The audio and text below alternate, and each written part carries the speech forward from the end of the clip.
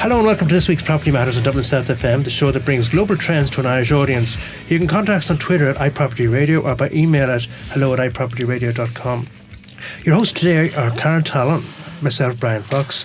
Also joining us today is our producer Katie Talon of Hear Me Roar Media, also recent PR and events graduate. We have something different for you today, a new 1 hour special on construction, reputation and property brand management in the digital age. So Karen, why don't we start off by asking you, why is the reputation of management important? Okay, well, first of all, let me just say that, we're 14 months into this radio show and podcast, and this is something that we have been meaning to do all the way through, because generally through the radio show and podcast, we try to talk about property management, aspects of buying and selling a property, aspects of construction, planning, and we've really focused on technology. And it's interesting because in my day job in Property District, the things that we deal with most are things like reputation management and what that means in the digital age. So I've been meaning to do this show for about 12 months and it's just taken us this long to do it. And it's not a coincidence that we're doing it today. Really, the show today is coming after a really noticeable spike over the past 12 months in commentary online, on forums online, on Twitter, on within Facebook groups and things like that. Quite negative commentary objecting to planning, but not through the official channels or local community groups, really disseminating quite unreliable and inaccurate information about developments. And this is a real problem, not just for property developers or for planners or for build and design teams. It's actually a problem for the communities as well, because we know that there's confusion out there. We can see it actually as part of the commentary that's going on online, but we saw it as well during the general election, the questions that politicians were being asked on the doorstep about housing, about construction, particularly in light of, say, construction defects and how poorly that was handled over the past decade. There's such miscommunication, and unfortunately construction and property, they're industries that traditionally have suffered from a poor reputation. And that was decades. That was decades ago. But over the past decade, that reputation, or really kind of a decade ago, that reputation took a hammering. And firms have really been battling since then to not just do everything right, but to be seen to do everything right. Perception is everything. So, what do you mean in the context of the economic collapse? Yeah, absolutely. Because, in the same way, bankers, developers, planners, they were really lumped into one, and from a reputational point of view, they really, there was such negative stuff going out, and some accurate, but a lot inaccurate, and some fair and some very unfair. Was the construction industry prepared for it then? Absolutely not. The construction industry wasn't prepared for it. The developers weren't prepared for it. And I can tell you, most certainly, real estate agents aren't prepared for it. And the thing is, anybody who is self-employed or involved in the running of a company, and even at a senior level in a company, they will be so aware that your reputation is everything, because Ireland is still a very small country. And one of the things we've seen is that there's very much a labour shortage and skills shortage at the moment. So what's happening is there's a lot of headhunting going on between firms. And I think what's really interesting is that you've got the same names and faces popping up under different companies now, and suddenly all of these things, what used to be just about the construction firm, the reputation, now it's very much individual reputation within a firm.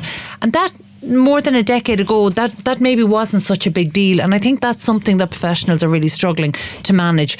But really, the need for this show today is because new media, particularly, so PR, traditional public relations, and media, that's always been a challenge and something that the construction industry has had to deal with in the course of their everyday job. But new media, digital media, social media, that has completely changed over the past decade. In fact, I would go so far as to say it's changed over the past 5 years. How is the construction industry adapting to it or changing to it? Actually, I see the leaders really stepping forward. We're seeing a huge rise in transparency. And in terms of reputation management and building reputation, it's all about trust. And the way to establish trust, particularly kind of within communities that you're developing in, is transparency. Now, we have the tools for that. That's where these websites and effective communication or effective social media strategies can be used for really transparent communications. But I would say that that's probably been embraced by the minority of the community. So we can see it among the best in class, but it's certainly not widespread. And I would say that developers have been more strategic about this, so less willing to share and more strategic about what they share. And I don't know that that's a good thing. I don't think it helps them. I don't think it benefits them. Whereas we're seeing contractors, some of the big contractors are really doing this well. In fact, some of the small house builders are doing this amazingly well. We're seeing marketing teams that are embracing social media. They're embracing commentary. They're engaging with groups. They're running on competitions. Twitter, Facebook, etc. Yeah, absolutely. But in a positive way. Communications has really changed. Often when I'm speaking to developers particularly or people who've been in construction maybe for a couple of decades, they'll always say to me things like, I don't understand the internet and I've no time for social media and things like that. And I always think that's really interesting because construction, like many businesses, construction was always about word of mouth. And in fact, social media is a two-way form of communication. So actually it's kind of like word of mouth, but perhaps in an amplified way. But if you think about it, communications up until a century ago was always two-way. It was always chatting to the neighbour, word spread, get word out. Even down to our politicians standing on their soapboxes. The communication towards? Is it towards the man on the street or? Well, that depends because obviously home builders will be looking to communicate and what most people would be familiar with would be the communications that they're doing to sell a property or to market a property or perhaps to get planning permission, engaging with the public consultation and community engagement side of things. But actually, that's only the tip of the iceberg. There's two other very important strategies in terms of communications that any contemporary firm needs to embrace. One of those is the internal communications. Yeah. So keeping your team happy, making sure that new technologies that are being deployed are being communicated well, that the opportunities for embracing new technologies or for even in terms of business development, internal communications is exceptionally important to keep the team you have motivated, to let them know that they're on a progression path, to let them know that the company is on a progression path in terms of winning new business and things like that. You should never have a member of your team finding out about a new business win online, and that still happens. So that's very demoralising for for staff members and for team members. But the third kind of strand of communications there is actually across the supply chain. Now, I would argue that that's probably the most important one right now because we have a labour shortage, and in terms of contractors looking to subcontractors, there's huge competition, and actually. It's in terms of securing and maintaining the supply chain and the loyalty and the flow that you need to work well with the teams who work well together.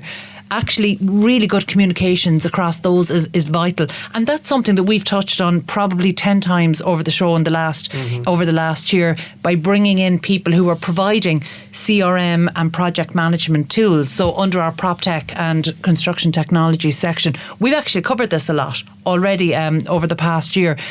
So we've dealt with the communications tools, the digital tools, the CRM systems that industry are feeding in. But actually there's a communication that needs to happen within senior management that needs to filter all the way down, and there needs to be these three strands of communications to make sure that people who are working within a company feel involved in that company, that they're not ready to jump ship as soon as things get tough. On the larger scale, I mean, outside of companies, there's this consternation now, as we witnessed with the last general election, consternation about the whole industry here, and the fact that it seems as if government nor the industry can provide enough housing.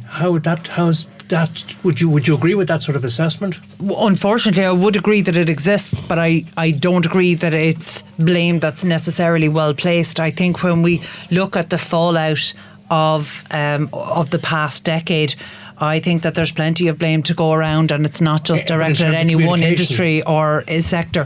And I'm not sure that there's been a really concerted effort to try rebuild the reputations of the collective industry. So in fact, how we've seen that happen, because actually Irish contractors have a superb reputation outside of Ireland, but that hasn't happened because of any concerted effort by any lobby groups to build the Irish construction industry. I would say, despite the fact that there exists bodies to do that. So I would say that actually the salvaging those reputations and almost rebuilding them, that has actually been done by individual firms. The gap between the best in the sector and those who are just, they're not at the races at all. The gap between those two is so wide, and we never really had that before. That's something that has really only come about in the past decade.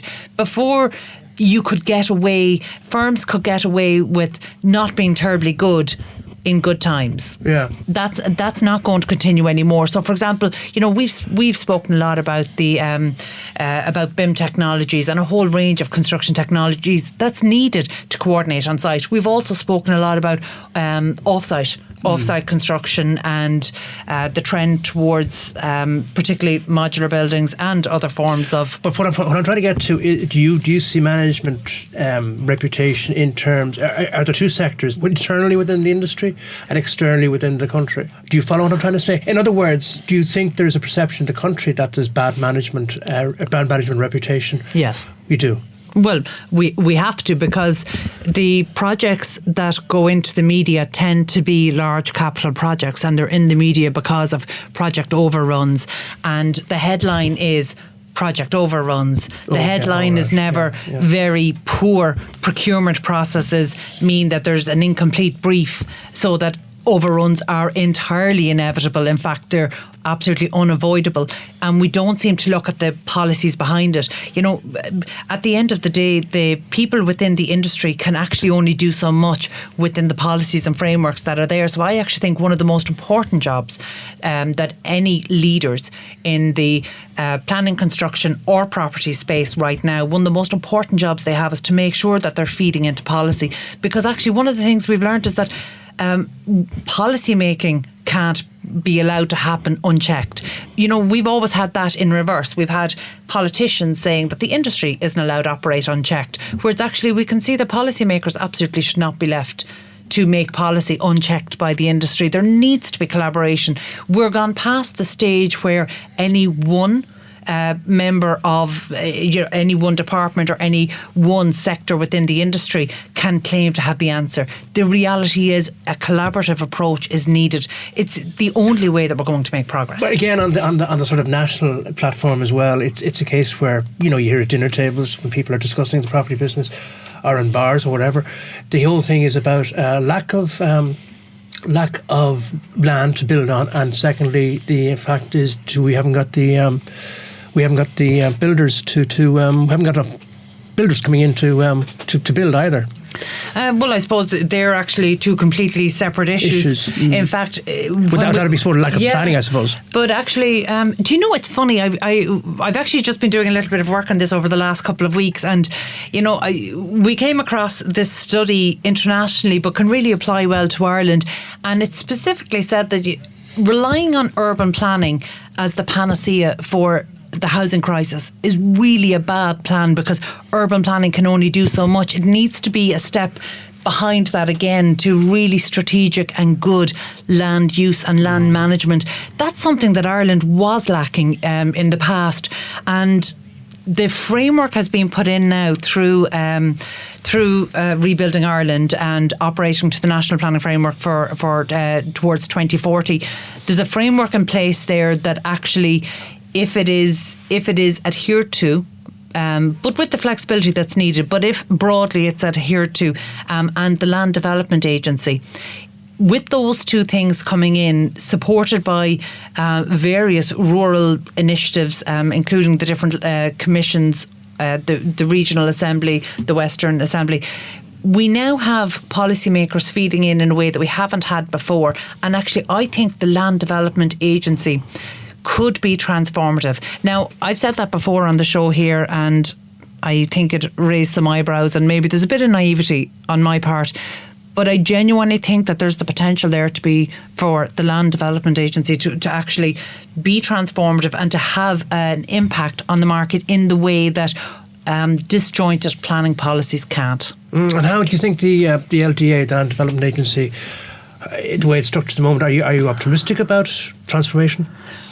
Well, I should probably pin my colours to the mast here and say that I'm one of the people who thinks that overall NAMA was a success. And from that point of view, I think that the structures, the expertise and a lot of the resources have been carried over to the LDA. And I think that we know an awful lot more now than we did when NAMA was created.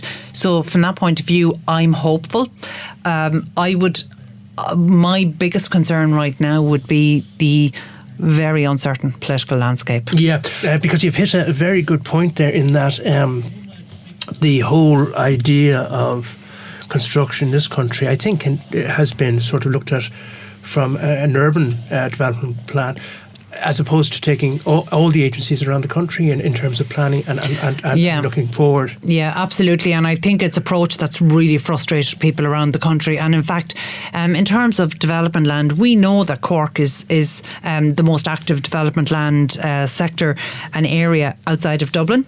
And even there seems to be a slightly different interpretation maybe of some of the density rules. There's a different ethos around it, and that shouldn't be the case. When we have a national strategy, that shouldn't be the case. But in terms of rural versus urban, this is something that I often find myself in the minority about, because I grew up on a farm. I utterly respect the rights of the next generation of farmers who are going to sustain the land, their right to build on it, notwithstanding the challenge to provide public services to people in rural areas. I understand that, but I think that there's a greater need to maintain rural communities. Having lived in one, having grown up in one, and having spent a lot of my time actually in a very small rural community in North Kerry, it's something I feel very strongly about. But also, having lived in Spain and spent time, particularly in northern Spain, where you see in the morning quite elderly farmers cycling out a mile or 2 miles outside the village to these farms with falling down outhouses, and they will have forks and spades on the side of their bike as on the bicycle as they're cycling out. And essentially the idea was to remove people from the farms, put them all into villages, a little bit like what our urban planning wants to do. However, what you have are the buildings on the farms being left derelict. There's still, the life isn't in the villages to maintain the younger communities, so they still move off. And in fact, a couple of years ago, we actually filmed a mini documentary series about all of these entire villages for sale in Spain, because entire villages were being abandoned, or you had villages with I think they're revising that now. I think they're looking at having a look. No, are they not? No, not that I'm aware of, and certainly I think the policy is very much against one-off rural housing, which, like I said, I understand from a policy point of view. In fact, the Dublin City architect once said to me, and it was meant as an insult, but I didn't take it as such, that we are a nation of individuals. And while I think that was meant to be in a derogatory way, I would say, yeah, we absolutely are a nation of individuals. And I don't think that that's necessarily a bad thing, but we just need to work together collaboratively. And look, this is something we're going to touch on more, but today I really want to get into show property developers, planners, property companies how they can actually protect themselves in terms of brand management and social media. So look, we'll take a quick break, and when we come back we might continue our conversation and actually see what a communication strategy for a contemporary firm actually looks like from start to finish. 93.9 Dublin South FM. Welcome back to Property Matters here in Dublin South FM with Carol Tallon and myself, Brian Fox. We're also joined by Katie Tallon as well. You can contact us on Twitter at iPropertyRadio or email hello@iPropertyRadio.com. As mentioned before the break, we're back in studio to discuss what a communication strategy looks like from start to finish. So let's talk about communication strategies. Right, well look, before the break we talked about why reputation management is important, and look, I don't think there's many firms that need to be convinced why it's important. The challenge is achieving it.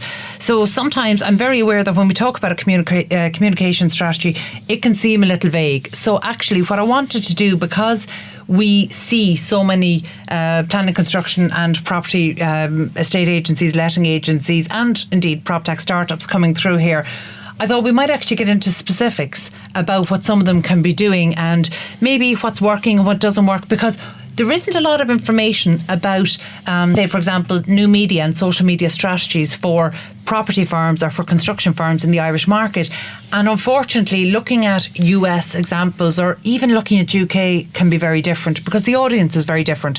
So let's start with part of the reason why we're here today. So say in terms of podcasting, because we want to go through a full strategy. So as you announced earlier, Brian, we dragged our producer Katie Tallon from Hear Me Roar Media in studio because in addition to doing a wonderful job producing our show, thank you very much, you're also a recent PR and events graduate. So in terms of new media strategy, I know that you actually deal with the new media strategy for a number of firms in the construction space. So I would suggest that a full communication strategy means we've already talked about internal, external and across the supply chain. But let's talk about the external side of things. Traditional PR has really changed. Now, it's a long time since I studied PR, but you're a very recent graduate. So talk to me about, say, in terms of PR and how you find the current landscape in Ireland. Are we talking more social media or? Yeah. How are you going? Well, I personally think social media is, oh my God, it's kind of, I feel personally the most important thing about PR. I mean, how are you going to get your business out more than you will on LinkedIn, Facebook, Instagram? I mean, I know Facebook may be kind of a dying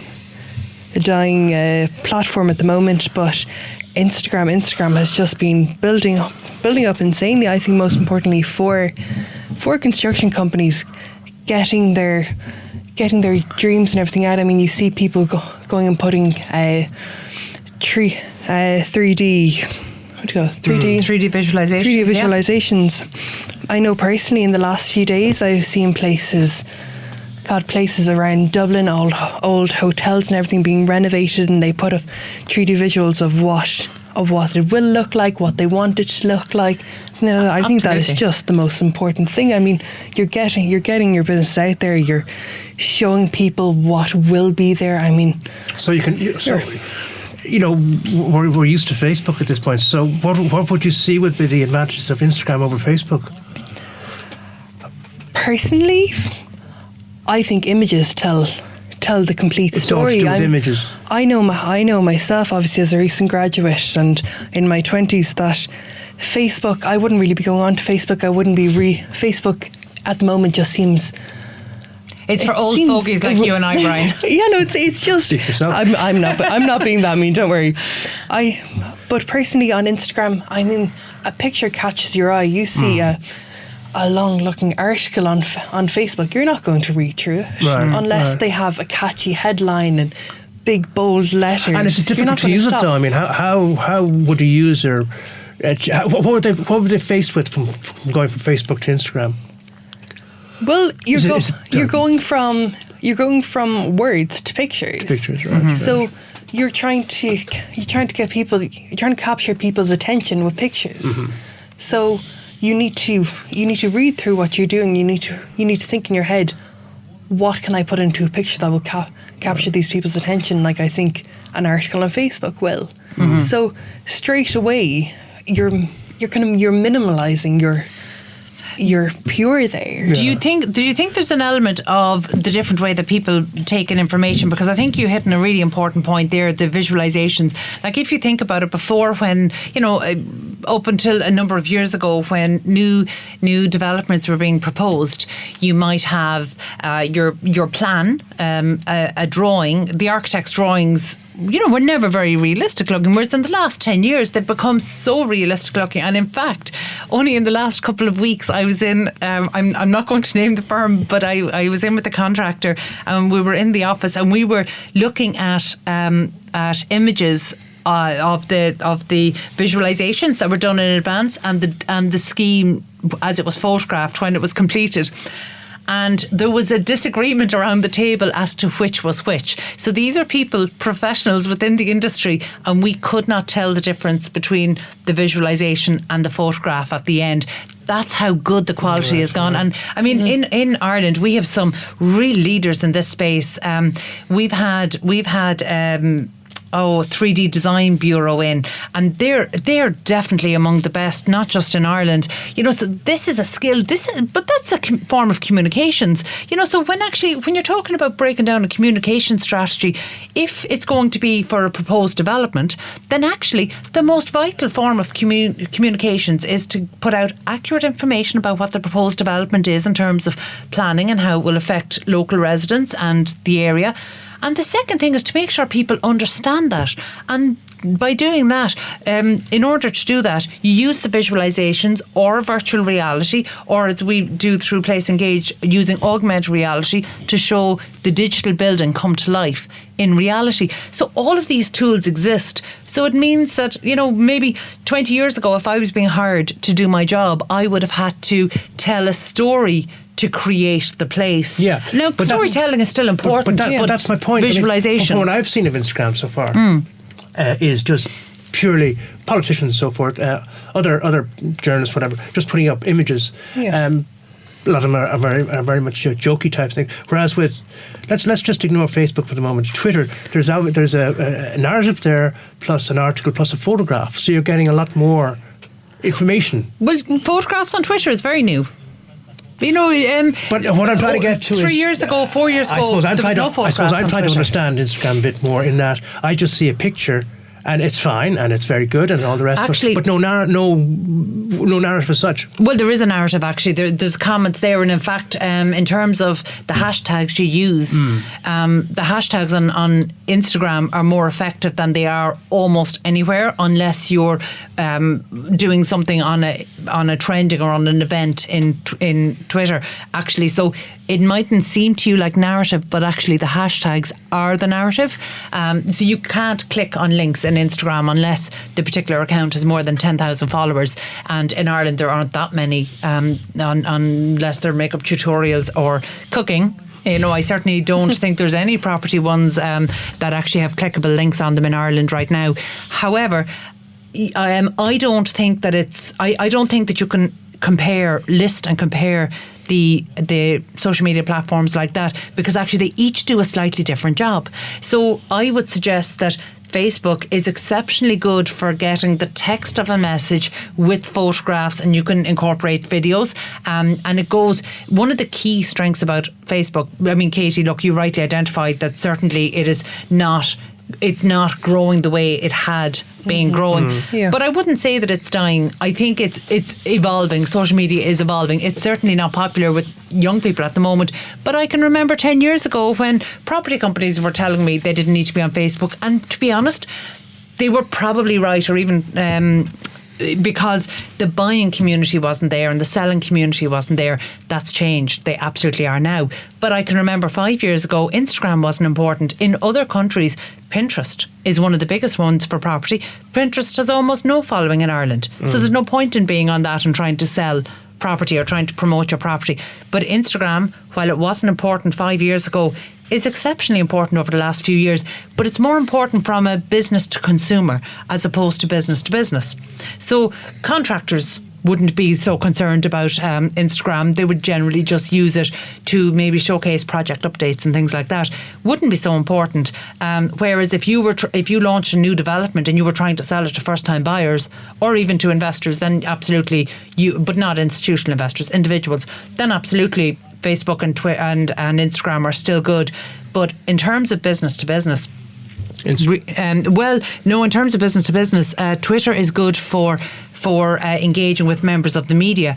But I would say the has it become like that then, as sort of? It has. Yeah. Look, social media is a tool. So you either use it or it uses you. It's captured by journalists now, and that type. Yes, but also a lot of contrarians, which is the nature of it. But in terms of business to business, the one platform that I hope every business listening in today, the one thing actually, if I can communicate, if there's one key takeaway from today's show, let it be that most people think they have a LinkedIn page when they don't. They probably have a LinkedIn profile. If you have a LinkedIn profile, that is not a company page, and I recommend setting up a company page immediately. Yes. And the reason is that LinkedIn has transformed over the last 2 years, and in fact I heard one international speaker, Gary Vaynerchuk, he spoke about how LinkedIn today is like Facebook was maybe 6-7 years ago, just when company pages were starting to build. Advertising was cheap, but you still had all the targeting capability. Whereas advertising on Facebook now is exceptionally expensive. LinkedIn is still getting very good organic reach. So you LinkedIn company pages, you don't have to advertise. But actually, Brian, I'm going to give you a stat now, and I think it will surprise you. Just before Christmas, I got a media pack from the Sunday Business Post, as it still was then, and they listed their impressions per month per week at 109,000. So digitally, their digital impressions per week, 109,000. So in other words, 109,000 people are going to the Sunday Business Post every week? No, impressions just means it showed up for them somewhere. They might not have clicked into the site. No. But here's the really significant thing. We can now see, with a following of between 2,000 and 3,000 people on a company's private LinkedIn company page, you can be reaching upwards of 80,000 people per 30 days.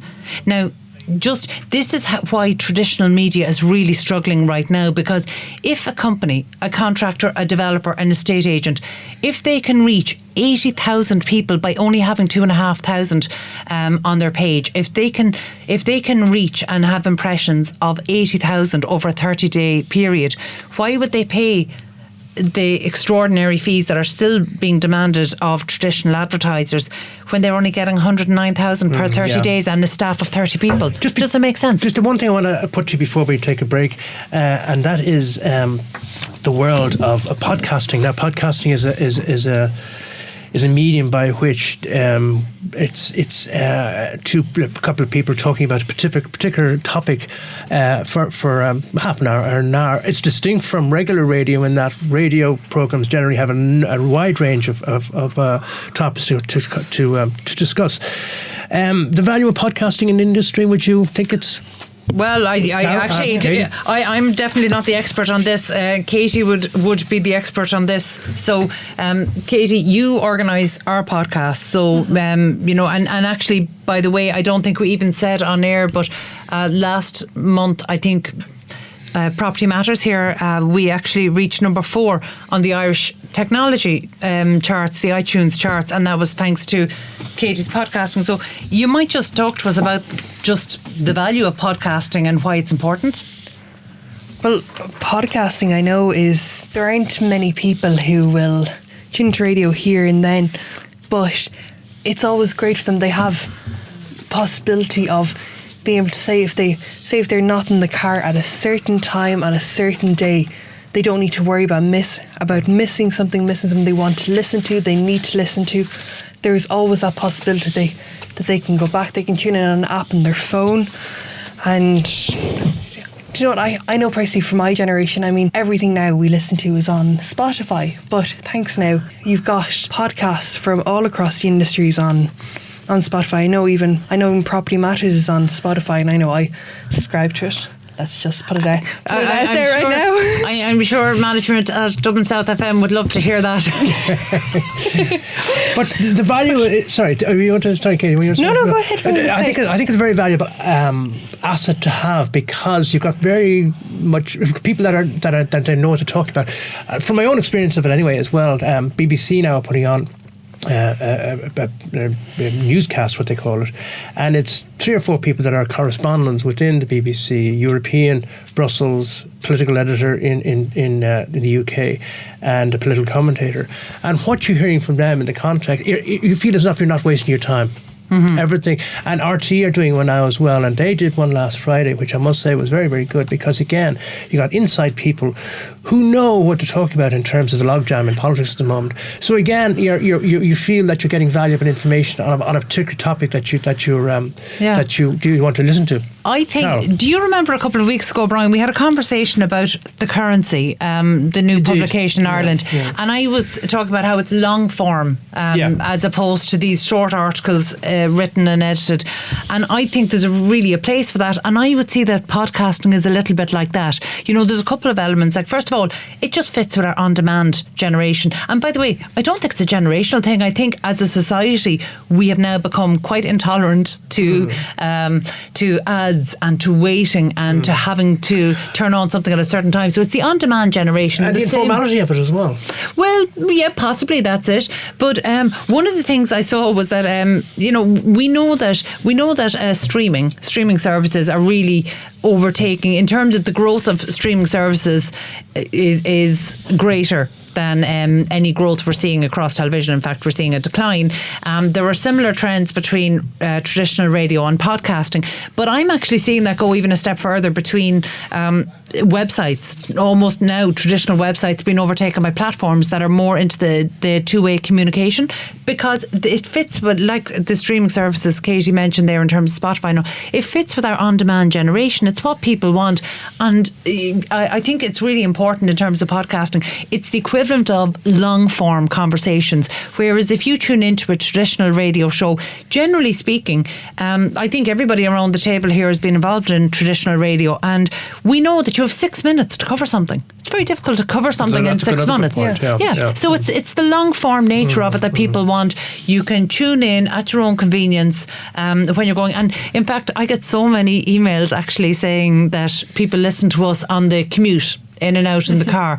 So and I think that's great. I think it's wonderful. Look, I enjoy podcasts myself, and in fact this show, while it does air weekly out on radio, it was actually initially going to start life as a podcast. So the podcast is still a very important part of our strategy. Yeah. So, Katie, just to finish up then, you think there's life in the podcast? 100% I do. I mean, you can listen to it anywhere, anytime. It's always there. It can be used again and again. It's where we're transitioning to now, and it's where it's going. Look, to finish up on this, it's an important part of a more holistic content strategy. And remember, people like to consume information in different ways. So it's really important in terms of a comprehensive communication strategy and content strategy, particularly that when you're generating content, there should be a good mix of written articles, long form and short form, because that's where you establish thought leadership. You've got your video strategy, your podcasting or your audio strategy, but also visualization. So whether it's good graphics or infographics, but it's a good way to put out lots of different forms of content and test your audience. We have the tools now to measure and track, and that's something we might touch on after the break. So definitely it's not a case of what form of content you like, it's what form of content your audience and your target audience enjoys and how they want to consume it, and that's the most important thing. But look, we might continue this after another quick break, and also most importantly we want to talk about crisis communications for the industry, so we'll be back shortly. 93.9 Dublin South FM. Welcome back to Property Matters here in Dublin South FM with Carol Talon and myself, Brian Fox, and we're also joined by Katie Talon as well. So as mentioned before the break, we're going to continue our conversation on crisis communication in the construction industry. But first, let's just have a quick conversation about measurement. Carol, talk to us about measurement. Okay, well look, we had just touched on that before the break in the context of an overall communication strategy, and particularly in light of new media and social media. PR traditional public relations has traditionally been quite difficult to measure, and I suppose old-fashioned metrics might have been, an increase in sales, but that doesn't really measure brand awareness. So there are lots of different metrics, but they are more an art than a science. Whereas everything online is measurable. So digital is fully measurable. In terms of our podcast, we know in real time, every hour, how many people are downloading the podcast. Whereas in terms of, say, listenership figures on the radio, then that's a little more difficult to quantify. It's called reach, isn't it? Yeah. But it's more difficult to quantify, whereas everything digitally we can quantify. So in much the same way as I mentioned earlier that on LinkedIn, even with 2,500, 3,000 people on your LinkedIn company page, which I stress is not your profile, they're two different things, so please check that out. But that with 2,500, 3,000 people on your LinkedIn company page, you can be reaching upwards of 80,000 or... So it's hard information, in other words, as opposed to but you know what the radio, great thing where is? it's by people asking people what they've listened to in the last within a specific hour. Sure. Yeah, and it's very difficult. But it gets really specific. So, for example, I mentioned earlier that Facebook has gone very expensive for Facebook pages to advertise. One of the key advantages is that you can target it so well, and you can see and break it down as to what every click and every like cost you. And there's similar tools available on LinkedIn. So actually, we mentioned before the break the importance of a holistic content strategy that covers written content in long form and short form, video content, audio, which is your podcasting, and also images and infographics. And you need a good mix of those, but actually it's a really clever thing to do is routinely test your audience and see what they like. So in fact, one of the ways we do that is if we're dealing with, say, an engineering firm or we're dealing with a particular type of construction technology, something quite detailed, we will generally take the same information and we'll give it what we call a treatment over a couple of different ways. So for example, we would start with a long form article. So this is where we really work with the client. So we work with the engineer or the contractor or whoever it is in this case and help them to communicate their thought leadership, to help them really put down their visions, their views, what they think about the industry in a long form article. Like treatment, I guess, for a documentary. Yeah. Absolutely. Yeah. So long form. And then, but we will also, once that exists, and that could be, a 1,200 to 2,000 word article. And, we might circulate that through trade press, trade magazines, or we might just put it online on the website, depending on what's appropriate for the topic. But from that long form article and that original thought leadership piece, we will definitely get at least one, if not two or three, short form articles. So blog articles on a weekly basis should only be about 500 words. So we'll get a couple of those. But here's what's really important. We can turn this into an infographic. So we take the main points, put them into bullet points, turn them into infographics. We can also turn them into videos. And so infographics then go onto the website, is that the idea? Yeah, but again, also put out on social media, and we can turn them into videos and put it out on social media. So essentially, we're dealing with the same topic, but we will have 4 different formats of content. Wow. And we do that over a number of, that might be done over 2 to 3 months. But what's really interesting is then we can actually go in and see how many people first of all, the post, how many people, what were the impressions? So how many people was this exposed to? And of the people it was exposed to, what percentage of those engaged with it in any way? And I think that one of the disheartening things for people, and maybe if they don't have their own page, they mightn't understand. But actually, you might have something that has 3,000 impressions. Out of that, you might have maybe 80, 90, 100, 120 people click on it. And then out of that, 5 people might like it. So if you were looking at somebody else's page, you're only seeing that 5 people liked it, but you're not seeing the number of 1,000 who were exposed to it in terms of brand awareness. So therefore, the important thing is to get a like.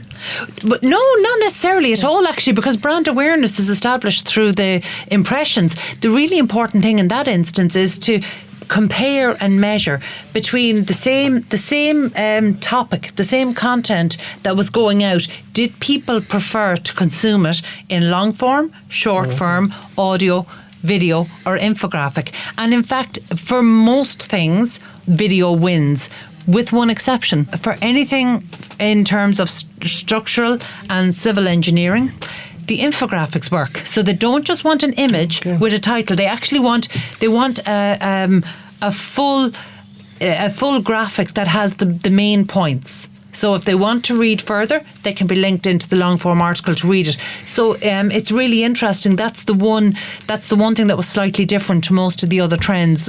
All of the other trends were towards video, except for engineers. So in fact, what we know from that is that if you're trying to communicate with the engineering or the design and build team, then you need to be doing infographics, not just videos. Whereas if you were to read very general advice, you would assume it's videos. So this is the importance of measuring and tracking. And the thing is, the digital tools exist. So it's an industry to itself, I'm sure. It's so important. Oh, it is. Yeah. But the only thing is, these tools exist, and this is all free. So actually, any company can do this with really very minimal training.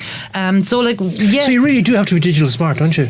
In business nowadays. Yes, but actually these digital tools are really intuitive to use, so you don't need to spend a lot of time. And in fact, without talking ourselves out of business, we have calculated that an effective minimal social media strategy can be delivered by providing maybe 1 hour to generate content in a week and about 12 minutes per day to host across 4 platforms. So there is no way that a company can't afford 12 minutes per day.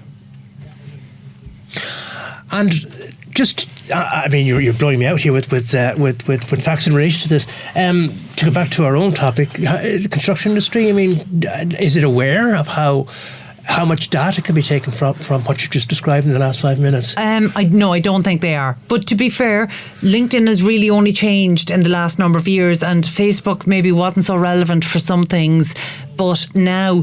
In terms of, again, Facebook is very important for business to consumer, but for business to business, which is most of what the construction industry is, it's not so important. However, I always recommend that contractors, engineering firms, that they do maintain and build up a Facebook page for the very simple reason that when we need to get specific information across, there's great targeting facilities there. But also, if they need to hire somebody, they can actually target relatively recent immigrants, maybe in Western Australia or in Canada, who qualified in such a discipline from such a course at any given age. So the targeting is so specific. Say if we knew that we wanted to target somebody and it was likely to suit. So say if it was an engineering, sustainability engineer, we knew it was somebody who was likely to have qualified the last 10 years. We would like them to have come from one of 2 or 3 universities in Ireland. We can actually target like that. And actually one of the most powerful things on Facebook when you're trying to target people,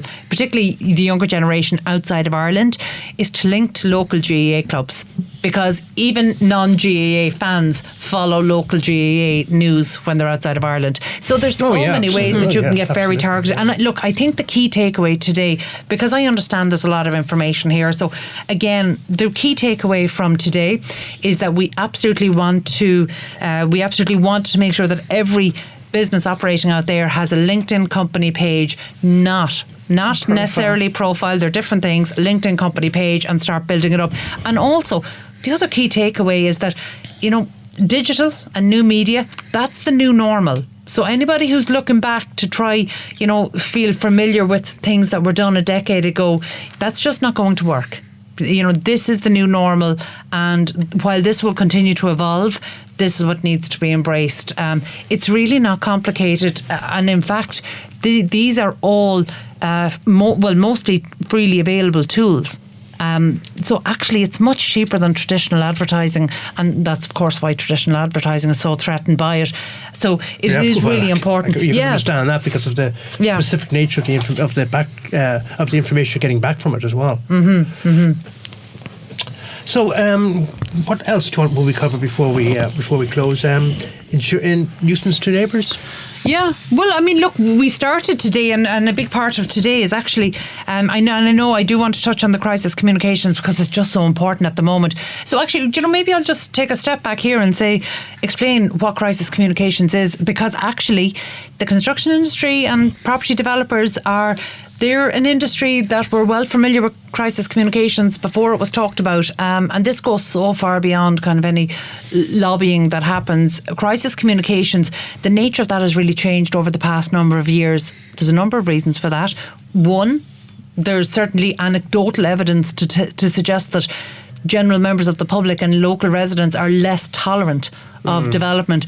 The other side is we know that there's a push for greater density, and in an established city that means people are going to have to get used to living in closer proximity to each other. And we know that NIMBYism, this not in my backyard, is such a huge problem. So that's causing more people to object, and the nature of the objections have really changed. So I'm not talking about people who respond through the planning process by way of objection. I'm talking about the people who, put notes through the doors or post inaccurate information on social media. And actually, the first tip I'm going to give in terms of that is that I generally don't encourage any firms to engage, whether it's an estate agency or a developer or a private planner or contractor, not to engage with negative social media like that, because quite frankly, there's an old adage, you can't reason somebody out of a position they didn't reason themselves into. So if there's inaccurate information going out, your job is to present accurate information through a website. It is not to defend the development online. So actually engaging on social media usually is a non-starter there. Do you think it's good to keep track of that? Like, do you think it's like, Yeah. I know ourselves, we've often had to kind of monitor different social media groups and everything just to keep an eye, make sure that kind of the information that's being put up, the people that are joining the group, the people that have created the group, that sort of thing. So would you recommend always to monitor situations, or would you ever think, no, you need to take a step back, you need to actually, that's a really important point. You absolutely have to monitor when these things are happening, because in fact we had a recent situation where we were alerted to potential problems and unofficial protests on a building site, and ones that were going to be spread to other building sites through a Facebook page or a Facebook group. So no, that's huge. Thank you. Yeah, that's hugely important to monitor things like that. In terms of crisis communications, it's so important to react quickly when needed, but actually that's the temptation normally. It's so important that you never act without full information. So in fact, in most cases for the firms, it's not a good idea to be the first to respond. So journalists will ask questions in some cases based on maybe misinformation from an online social media account, and in fact contributing to that can actually help build a story when really you want to.